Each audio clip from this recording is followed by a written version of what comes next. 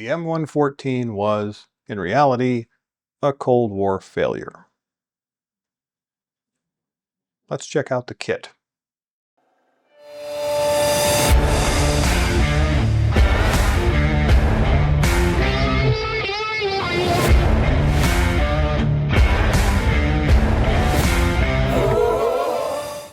Welcome back to the channel, everyone. Today we're building Takom's M114 in 1/35th scale. Specifically, I'm building the early version with markings for Fulda Gap in 1964. Let's get into it. The plastic in this kit is quite good. Surface detail is excellent with crisp, raised, and recessed features throughout. You also get a small photo etch fret for panel grates, a stranded copper tow cable, multiple armament options, decals for 4 marking options, and track assembly jigs. You also have the option to build either an early or late version. The differences between the early and late versions are primarily internal, changes to the commander's seat, fire suppression equipment, and stowage layout. Externally, you're looking at differences in the cupola, mudguards, engine access panels, and the surfboard. So from a parts and molding standpoint, this is a strong kit. The instructions require supervision. So let's discuss the instructions and the numerous challenges and potential problems that you will face with these instructions. First and foremost, let's talk about this. Page 25 and 26. The labels are swapped. They are backwards. This marking right here is for Fulda Gap. This marking right here, you can tell especially from this little flower right there, this is for Fort Riley. This is for Fulda Gap. The labels are backwards. Continuing talking about markings and painting, let's take a look at the interior. There are a few things here that may or may not be correct, depending on what references you're looking at. One thing that jumped out at me right away is this, the integrated fire extinguisher. As far as I could tell, the early versions, this would not have been painted red. It would have been painted the same as the interior color, or sometimes black. There's a little bit of flex in that, but as far as I know, red was never a thing. Now, the handheld fire extinguishers were painted red, so that I think is fine. The other thing that you'll see is that they've painted the floor panels and the axle covers all the same color. That may or may not be correct depending on the subject you're painting and how you're presenting it. And the reason I say that is, as far as I know from the factory, the floor panels, which were treated with an anti-slip treatment, they were painted separately from the rest of the interior. The axle covers would have been painted white along with everything else, and then the floor panels would have been painted that kind of a grayish color. But as I mentioned, in theater, if there was a repaint, they wouldn't have bothered. Most of the time, they wouldn't have bothered removing these floor panels because it's kind of a pain, and they probably would have just painted everything in place. But I think either one is potentially correct. The same thing kind of applies to the interior hatches. As far as I know from the factory, they were painted like this. They were painted the same as the interior color. I couldn't find anything definitive to say that that's 100% true. But as far as I know, that's what happened. But painting them to match the exterior was very common in the field. So I think that happened quite a lot because when you open a bright white hatch in the field, it's basically raising a flag to the enemy. Since I painted mine for the Fulda Gap, where it's in garrison, it's probably very well maintained, I just left it as it would have been from the factory. Continuing our tour of the instructions, right here, G57, G56, and G39. That makes up a little sub-assembly that gets mounted here. This on 21.1, I think, is an error. As far as I could tell from any of the references that I found, this is not present on any of the early versions. I could be wrong, but I didn't see it anywhere. And my opinion on that is further reinforced when you see that the instructions for drilling out the holes for those parts here on 20-2 are for the late version, not for the early version. So I think this is an illustration error. You can see right here, and there's nothing wrong with this illustration, but I want to point out an inconsistency. You can see that they give you this little sub-assembly for the different headlights, and they label them, and they show you, this is where B goes. Over here, this is where A goes. That's great. Same thing with the the headlight cages. They label them, put them on there. Unfortunately, they don't do that consistently. There are several of these where they have you make a little subassembly and they don't always do the best job of calling out when and where to put that in place. As an example here, this is the machine gun mounts for the near the observer's position, and they go on these two mounting plates, but they're not, the instructions don't do a brilliant job of calling that out. If you're new to armor modeling, you may get confused by this. You may have never seen a track assembly jig. It shows you attaching it, but not gluing it, and then it shows you putting tracks on it, and then it shows you putting tracks on. So you should be able to infer that this does not get attached to the model, but if you've never seen one of these before, that could catch you out. The build order in the instructions, frankly, just didn't make any sense to me, so I ignored them. The instructions tell you to start by dropping on the floor plates. That doesn't make any sense to me considering that the entire interior is painted a different color than the floor plates. When I did the assembly, I actually kind of assembled it like you would see here. I left the air filter off. I put the lower piece of the hull, this bulkhead together, and this side. I went ahead and put all that together, and I also put the axle covers on, and then I put what accessories I could on there as well. And you can get away with putting most of the accessories on there. I would recommend leaving the radio parts off, and the radio equipment, the different electronic equipment off, and the handheld fire extinguisher, I would recommend leaving that off as well, just for the just to make it easier to paint everything, because they would be a pain to paint in place. And the next step is it wants you to put the suspension on before you've actually finished assembling the rest of the hull, and I completely ignored that. Suspension and tracks was basically something I did after I had put together the hull completely. On the rear, I left the water can off until after I had put the markings and everything on here, the decals and everything, because it's just easier to get those decals in there when you're not fighting around that. The same thing with the hand tools. You could very easily leave those, put those on, spray the whole thing, and then just paint up the correct colors after the fact. There is room, but getting some of the decals into place could be a little bit tight. Same thing back here on the rear hatch. You can get it in there, but it's going to be a little bit tight. While I'm on the subject of decals, we need to talk about specifically this marking set, the Fulda Gap set. This is supposed to be a decal. There is a giant toe point right in the middle of it. If you put that on before this decal goes down, there's no way you're getting a decal over the top of that without turning it into a piece of modern art. I did not use decals for the stars. I actually made stencil and just use that to spray that on. But if you're going to use the decals and you're going to do the Fulda Gap one specifically, you need to plan ahead and put the decal on, paint this tow hook white, and then plop it on over the decal.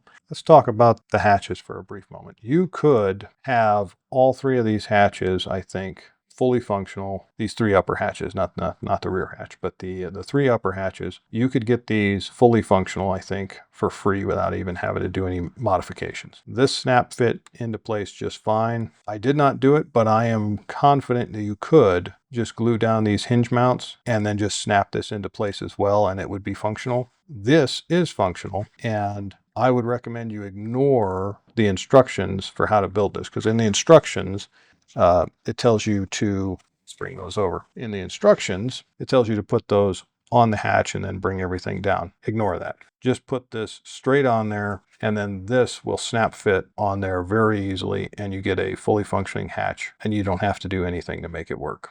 If you want this to be a functional hatch, which I do not, that's glued open, you're going to have to drill it out and put some rods in there because they do not hold together very well. I made a small modification here. This is just a piece of brass tubing with a little bit of spring steel rod running through it, and I just drilled out the tip of the plastic antenna base.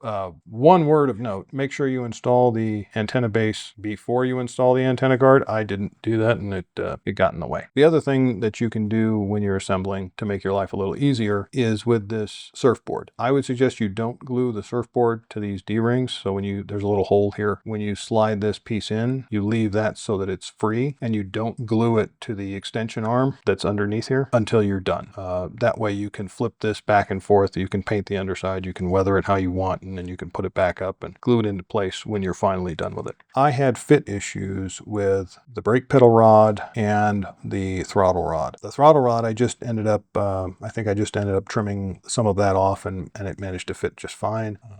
But the brake rod, the brake pedal rod, I ended up just completely removing the plastic. I drilled out the hole on each side of the bulkheads and put in a piece of metal rod in its place because I could not get it to fit in there. I don't know what I was doing wrong, but it just would not go. The other fit issues I had specifically was when I assembled everything. When I started putting together the sides of the hull, the rear, and this top surface. When I put all that together, I had some fit issues. Oh, I should mention, I did add on the actual vehicle, there's a bulkhead that runs right along here. I didn't do the entire bulkhead. I made a partial bulkhead to give a little bit more rigidity to this section right here, and also so that if you do shine a light down in here, you're not seeing all the way inside the engine compartment, which wouldn't have been visible. Some of the little details I wanted to talk about that you can do: the interior lights when you mount those on the ceiling, right here. These are the lights. There are two light colors there. There's a red lens and a white lens, and I just painted those in off-white and a red color. I think I used clear red, but I'm not positive. Hatch cover and cage for the periscope, for the observer's periscope. I left those off until after I was done painting everything because I was concerned about paint not getting onto the top of the periscope here, and I'm glad I did, because there's no way that I could have gotten paint on the top of that with that in place. So be aware, if you care about that, that may catch you out. I did the same thing with these periscope guards here. You don't need to do that. I left these off thinking I wasn't going to be able to get paint on everything around the periscope. I was wrong. There's plenty of space. You could absolutely get, yeah, as you can see, you can definitely get good coverage in there. Now, since we're talking about periscopes, I feel the need to talk about this guy right here, the cupola. This really bothered me. Let me just show you in the instructions the part that bothered me, because it'll become glaringly obvious when I show you that. Right here in the instructions, part N2, that is solid gray plastic, and you attach a bunch of clear parts to it for the observation ring. They had a molded, on the interior, they've got the molded observation windows, but it's solid gray plastic. To me, that is an engineering failure. That whole thing should have been made of clear parts. There's no reason not to do that in a clear part, in my opinion. So I think Takom missed a beat when they did that, because you glue that on there, and the observation ring at that point is completely non-functional, and that bothered me, because that seems like an easy win. Because that bothered me so much, I actually went and cut all of these little windows out. I drilled it out and carved it out, and it was a nightmare. And then I glued clear pieces of plastic over that, and that worked just fine. That is, as you can see, when you look, you can actually see through now. So yay! That makes me very happy. And I made sure all the periscopes work. I made sure when I masked them off and I painted everything, you can actually, if you look through a periscope, you can actually see what's going on. So I kind of got a little nerd happy there. Speaking of the glass, this is the first time I ever used this. This is the Armoured glass paint from Alclad. Sorry, reflections there. ALC 408 Armoured glass from Alclad. This was awesome. I used this on all of the glass parts, and I was very, very pleased. If you don't have this in your inventory, you should absolutely add it, because this is a really good paint. I was very, very happy with that. And I am also fairly certain that this bottle will last me a lifetime. The last 2 points of failure that I had with the build are the headlights. For whatever reason, I think it's partially my fault, and I think it's also partially how Takom engineered these cages here. But I could not get these. I got to work just fine, but this set right here, I failed miserably. I could not get the headlights to line up correctly and get the cage to sit over it properly. I just couldn't do it. I don't know what the heck my problem was, but I failed miserably, and as a result, my M114 has a bit of a squint. The other point of failure, which I don't think is a failure of the kit, I'm fairly certain this is my failure, is with the tracks. Now, the tracks are brilliantly molded. The tracks on the M114 are made up of, I think it's 8 32-inch length pieces of what are essentially rubber belts that have these treads mounted to them, and then those lengths are bolted together. Now, the tracks were a point of failure on the actual M114. The research that I did on this suggested that the troops positively hated these things, that they were prone to failure. On an improved surface, you would be driving along at a fairly good clip, and then all of a sudden one whole side would just lose its tracks, and then the vehicle would spin like a top, and everybody inside would have a very bad day. But on the kit itself, I had problems, and I think that's probably because I painted it before I assembled it. Probably my fault. But when I used the jig and then tried to slide it over here, as soon as I tried to get it over the road wheels, everything just came apart, and I ended up reassembling it on the kit anyway. So the jig ended up not helping me, but I think that that's my fault, not the kit's fault. And as you can see, I absolutely mangled those tracks. Those look horrible. Ugh. But these D-rings. Don't put those on when they tell you to, because you'll end up knocking them off repeatedly as you handle the thing. So leave these off to the last possible minute. And also be advised that when you try to put these the mud guards and scrapers on after you've put these tracks on, because I don't think you could actually get the tracks in there with these mud guards in place. Maybe the rear ones, but definitely not the forward one. You're going to need some patience, because they are a little bit awkward and very, very tight. I mean, it is a very, very tight fit in there.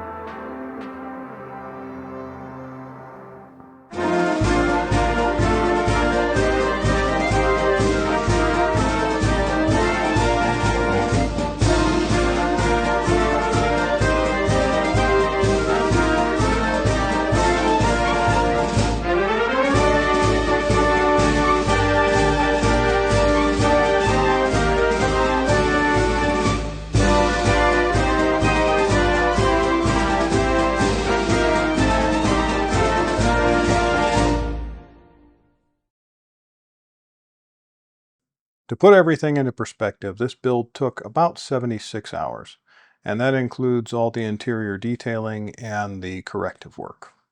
Overall, I'd say I enjoyed building Takom's M114. It's a fairly comprehensively detailed interior, and I liked that. There were some engineering decisions that were made that I didn't thoroughly agree with. The cupola observation ring being the main failure in my opinion. And the instructions are not impossible to overcome, but they can be misleading and sometimes difficult. Other than that, if you like what you saw, I'd say pick this kit up and give it a try. Thank you so much for watching, everyone. I really hope you enjoyed it. If you could take a moment and smash that like and subscribe button down below, I'd really appreciate it. And until next time, happy hobbying.